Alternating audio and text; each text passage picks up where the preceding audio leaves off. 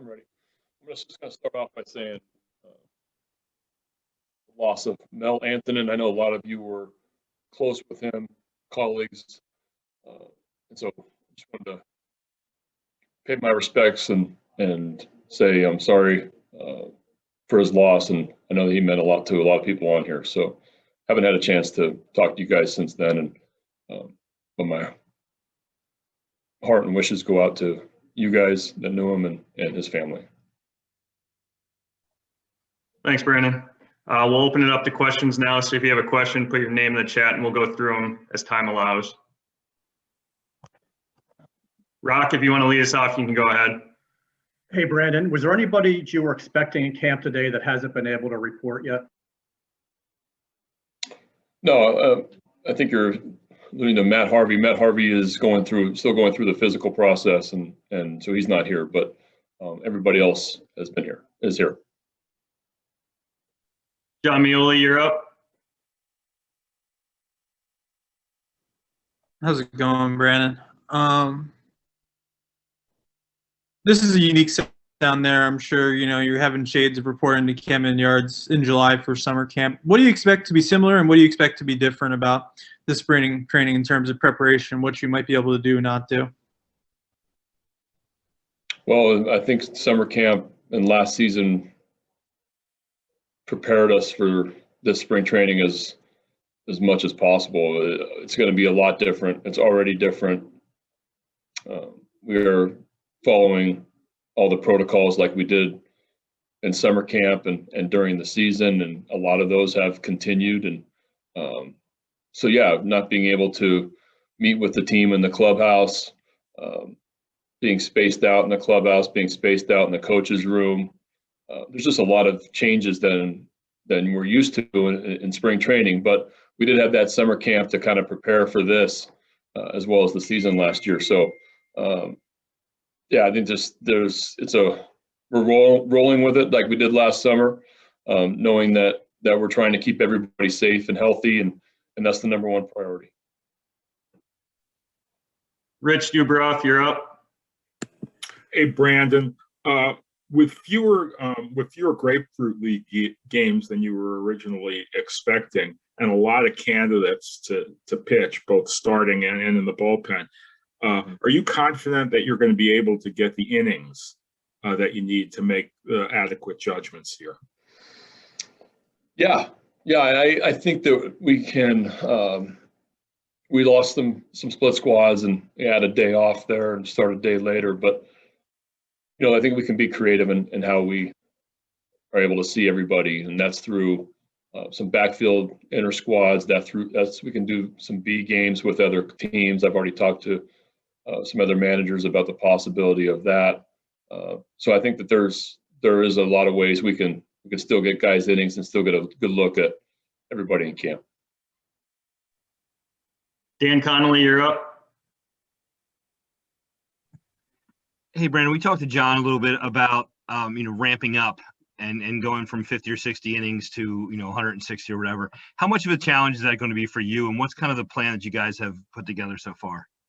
Yeah, it is a challenge. I think we are in a unique situation with the season being so short last year. Guys are coming into this year with coming off an unusual year where they were ramped up for spring, shut down, ramped back up for summer camp and the season. We lost a lot of innings from a lot of guys, but I do feel how our guys prepared last year and how they continue to throw and I feel like we are prepared for this year, but it's definitely a concern, and it's definitely something we're going to monitor closely is our pitchers' innings, how they're feeling on a daily basis. We have a shortened roster this year also with 26-man roster. That's definitely a factor. But yeah, I think that it's a reasonable concern to have of guys coming off a year that was unusual and see how they're going to react this year, especially later in the year. Stan Charles, you're up next. Hey, Brandon. Rich asked part of my question, and then Dan asked a large part of my question, but I've still got a different angle on it. in 19, you must have had maybe 14, 15 guys start games. Can you say now specifically how many guys you think will start games this year? And I'm not talking about openers. I'm talking about how you're going to go from 518 innings to 1,450 innings. It seems like the over-under would be at least a dozen starters this year. And not just Orioles, seems like all teams are like that. Well, I think you see that. I think you see teams really trying to expand their camps and trying to get as much depth as possible, especially on the mound, and guys on the mound that can go multiple innings or potential start. Just because I don't think anybody has a clue of what that's going to look like. I don't want to put a significant or a specific number on how many starters I think we need, but yeah, I think the depth is going to be most important this year, and I think that you're going to need guys that are able to eat up innings. So that factors into your bullpen decisions also, and guys being able to go multiple innings is going to be huge. Like I said, the 26-man roster, so 2 less from last year, is going to be tough, and it's going to take a lot of pitchers that are able to give you as many innings as possible. Mark Viviano, you're up next. Hey, Brandon. Good to see you. Just kind of a general question as you move into another year here. You took on a big job, and based on, your desire to be competitive every night and overall, just where you feel this has come from and where it's going and where you are right now. Well, I think we've taken strides. I think as an organization, we've gotten a lot of more talent in the system. I was watching us throw today. We've got some really good arms in camp. I think that we've gotten better, and I think we proved that last year. We saw some young players get to the big leagues, both on the mound and in the field, and that's going to continue. Continuing to raise the talent level, but I'm really happy with how far we've come in 2 years. There's been a lot. I thought we were really competitive last year, and nobody gave us a chance last year, and I thought we were competitive, especially the first 40 to 50 games of that season. I thought we really played well, and I just want to build on that and continue that into this year. Joe Trezza, you're up. Hey, Brandon, going back to the pitching for a second, you're already hearing teams talk about using 6-man rotations. Do you think that's a possibility for you guys? I think so, yeah. I think anything's possible this year when it comes to pitching. Steve Molesky, you're up. Brandon, along the lines of pitching, the veteran guys the team has signed, Felix and Harvey and Wade, what will they have to show you to make it, and what can they add, mentorship wise while they're there for however long they're there? Yeah, it's 3 guys that have pitched a lot of innings in the big leagues, and it's fun to have them in camp. Talked a little bit with Felix and Wade today. Great to see Wade back, just because they offer. We don't have a ton of veterans on this team, and so to have 2 guys or more that are able to that have pitched in big games and done this for a long time, I think it's really, really important. I think it's a lot of times it's huge for our younger players to be able to lean on somebody that's done it.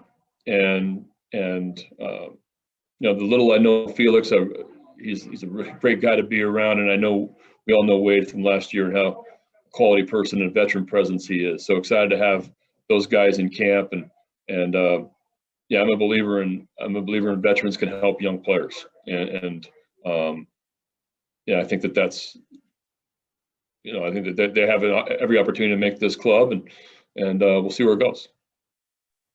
Dan Connolly, you're up. Yeah, Brandon, the Orioles are no strangers being kind of dismissed as far as being a playoff contender is concerned.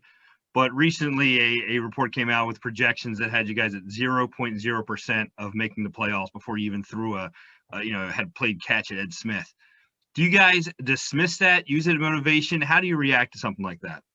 The least of my concerns. I'm not worried about an article. I'm worried about the guys in our room. We're about getting better on a daily basis. And we're controlling what we can control. John Miola, you're up. Brandon, last year, towards the middle of the season, John Means told us about the meeting you had with you trying to get him back to himself a little bit. It seems like he might have gotten away from that during the offseason. Now that he's a year older, this offseason, are you comfortable that he will have put himself in a good place to be that John Means that you guys know and need? I do. Yeah, I do. I think John's had a great offseason. He's coming to camp ready. I saw him throw today. Looks fantastic. But yeah, I think that he's going to be the John Means that you saw the last, his last handful of starts and who he was in 19. I think that he was just overamped last year coming in and was just trying a little too hard and doing some things that he hadn't done before. And I think he recognized that and got back to the pitcher that he knows he is. And I think you'll see that this year. All right. One last question. Kevin Richardson, go ahead. Yes, Brandon, have you, as an organization or Major League Baseball, talked about a timeline when you guys will be vaccinated as players and managers and coaches? Yeah, I haven't heard any news about that. Okay. Thank you.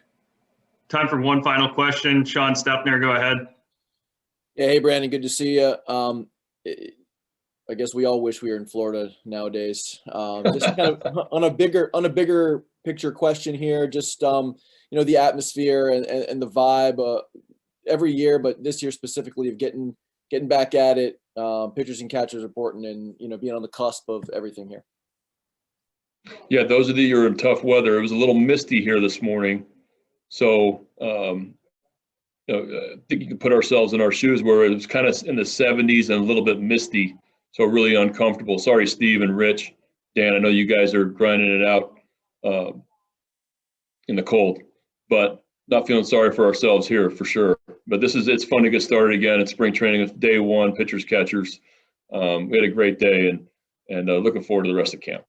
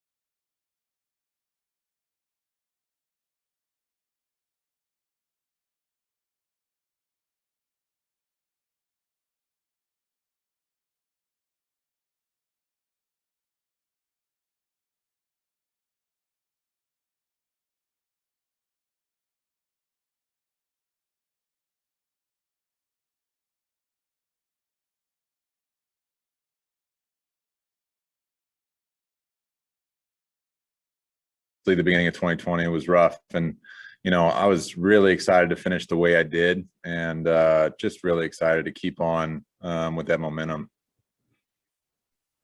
John Muley, you're up next. John, this time last year in spring training, we didn't get to see a ton of you in games, but it seemed like you were trying to come in a different pitcher with different arsenal than you had the year before. You kind of reverted back to 2019 status, I guess, with that a little bit. How would you describe where you are and what you've been preparing to do throughout the season right now? Yeah, I think at the end of kind of like what I said before, at the end of 2019, I didn't feel very good, and I felt like there were some things that I needed. And I feel like in 2020, I addressed those issues, and obviously didn't work in the beginning. But I think once I sort of stepped back a little bit in those last 4 games, those things that I worked on really came to fruition. So I liked the way I finished, and I didn't really work on a whole lot this off season that was any different than what I had done the off seasons before. And I'm just trying to come in and just pitch like I did. Joe Trezza, you're up next. Hey, John, what are your goals for the mustache? I don't know yet. I don't know. It just felt right. Once I had McCoy, my little boy, I just felt like the mustache needed to come. We'll see if it stays. Dan Connolly, you're up. John, this rotation looks a lot different than it did this time last year. What do you make of it? And, does your leadership status now take even more of a loftier status because of some of these younger guys coming in? Yeah, I think it does. I mean, it's crazy that the fact that I have 2 years of service time and, I'm stepping into a leadership role, but that's the way this team works, and that's the way it needs to be. And I'm excited to kind of take that role on, especially with the starting rotation. I mean, it's just so up in the air, and there's a lot of young kids competing, and also some guys that have been around a while. So just to kind of, more lead by example, but if they need something, I've been talking to quite a few guys here the first day or so. And I like that role. Steve Molesky, you're up. Hey, John, one more about the ending of last year for you. Was that the best run over an extended period of 3 or 4 games for your fastball? I mean, the percentages say you leaned on it really heavily. What made it that, and what does it mean for you going forward if you can get it to that level? Yeah, no, that was the best I had felt, ever. Even in 2019, I think, I think I felt even better then than I did then. And I think, yeah, the fastball definitely helped. But the fastball was there because the mechanics were there. I think that, I slowed down a little bit and I found my lane. And once I found my lane for the heater, everything else played off that. So, yeah, the fastball is always going to be the most important pitch, just the fact that everything plays off that. Rich Dubroff, you're up. Hey, John, is Felix Hernandez there yet? And if so, have you had a chance to talk to him and talk any pitching? Yeah, he is here. We haven't talked a whole lot.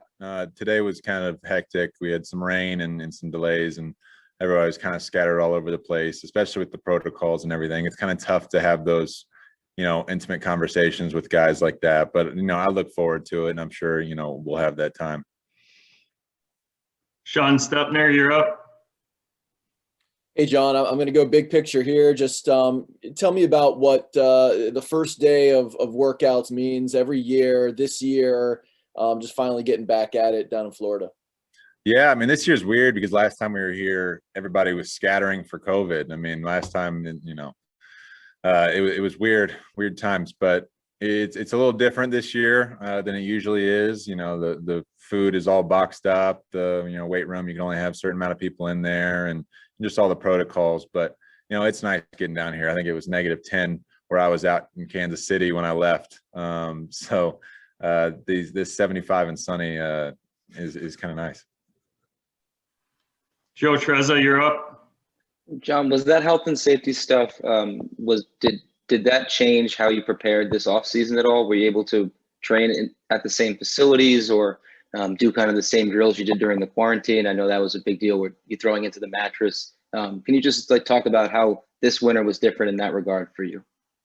Yeah, I was glad to get back into P3. I went back to St. Louis. I wasn't able to do that over quarantine, so to be able to have that going into the season was nice. And they had protocols definitely, but I was able to get everything in. There was no issues, no holdups. I never got COVID, so I didn't have any 2-week hiatus or anything like that. So I was able to get in all my work. Dan Connolly, you're up. Hey, John, hope is supposed to spring eternal, but the recent projections from Fangraphs have you guys at 0.0% of making the postseason. First of all, have you heard that, seen that, or whatever? And secondly, you take this job very seriously, but you also have a good sense of humor. How do you view that 0.0% projection?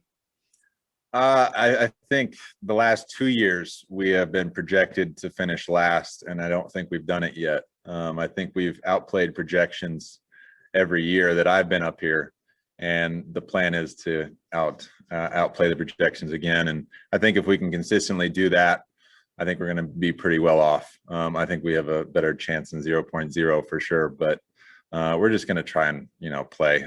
We try not to listen to the noise too much. It's the third baseman, but either way.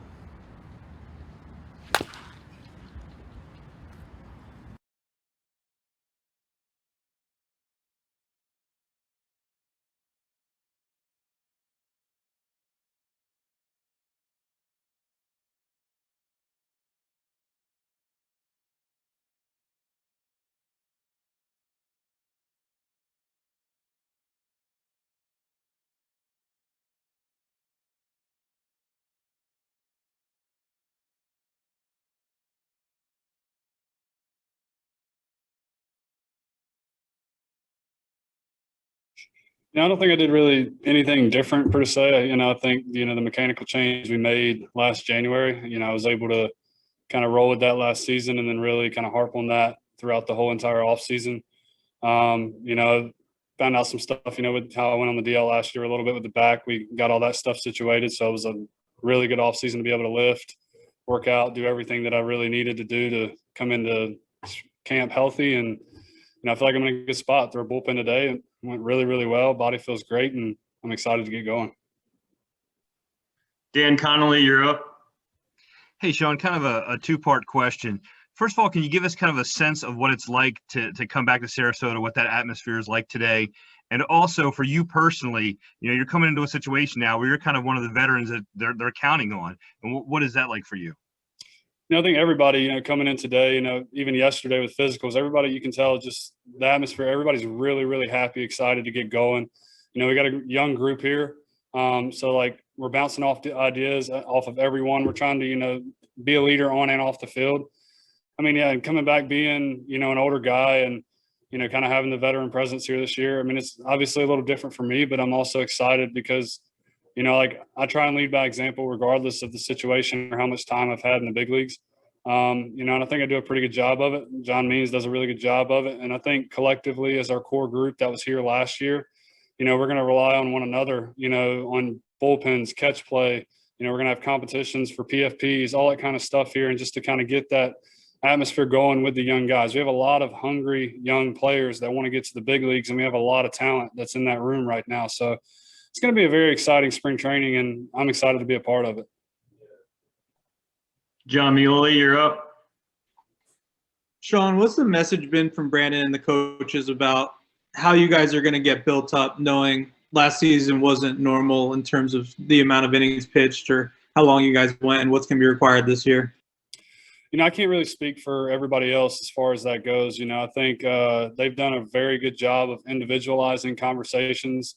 Hyde's done a great job of communicating with Holt and Holmes, as far as the bullpen starter roles. So, everybody's just kind of getting their feet wet right now. That first day where we quarantined for the past 72 hours, we're back on the mound. Nobody's really trying to blow it out on day one. Spring training, we're all trying to finish spring training healthy the way we come in. That's the number one goal. So I think individually, that's kind of everybody's expectations, just is to remain healthy, communicate with the players, communicate with the training staff, communicate with the coaches. And I can't say enough about the coach and the training staff here anyways. They do a phenomenal job as far as keeping guys on the field. So, I mean, for me personally, I'm not really sure. I mean, maybe 2 innings, 1-2 innings, but I can't really speak for everybody else as far as how they're going to be built up. But I know they have a plan, and their diligence throughout the whole process has been phenomenal. Joe Trezza, you're up. Hey, Shawn, you threw your cutter a lot more last year than you did in 2019, and you had a lot of success with it. I'm wondering, was that intentional? And is there anything in terms of pitch usage that you want to change heading into this season? Yeah, I mean, I think, in 2019, I fell into, I started off pretty good, with you guys came over. And then the second half, going back and looking at numbers and everything else, I was very, very predictable. So I think that's the biggest thing for me. And the approach that I took last spring training, last season, was just being able to throw any pitch in any count. I definitely want to use my curveball more this year as far as to kind of overlap with that cutter. But I'm also not going to get away from my fastball as well. So instead of having like an 80-20, split, I want them to be closer and just be able to pitch on both sides of the plate and be able to attack lefties and righties, not just one side of the plate. Rich Dubroff, you're up. Hey, Shawn, you've been here a couple of years now. Do you feel like the talent level that you have in the bullpen is? Sorry, you're going out a little bit. Yeah. Rich, can you Shawn, you've been here a couple of years. Do you feel like the last, Shawn, over the last couple of years, do you feel like the talent level in the bullpen is much greater than it was when you first got here, and then also last year? When I first got over here, it's new team, didn't really know many guys. Some of the core guys, whenever I got sent over here from Seattle, are still here. But I think numbers-wise, what we did last year in the short stint with the guys we had in the bullpen overall, as far as the core group, kind of speaks for itself on that.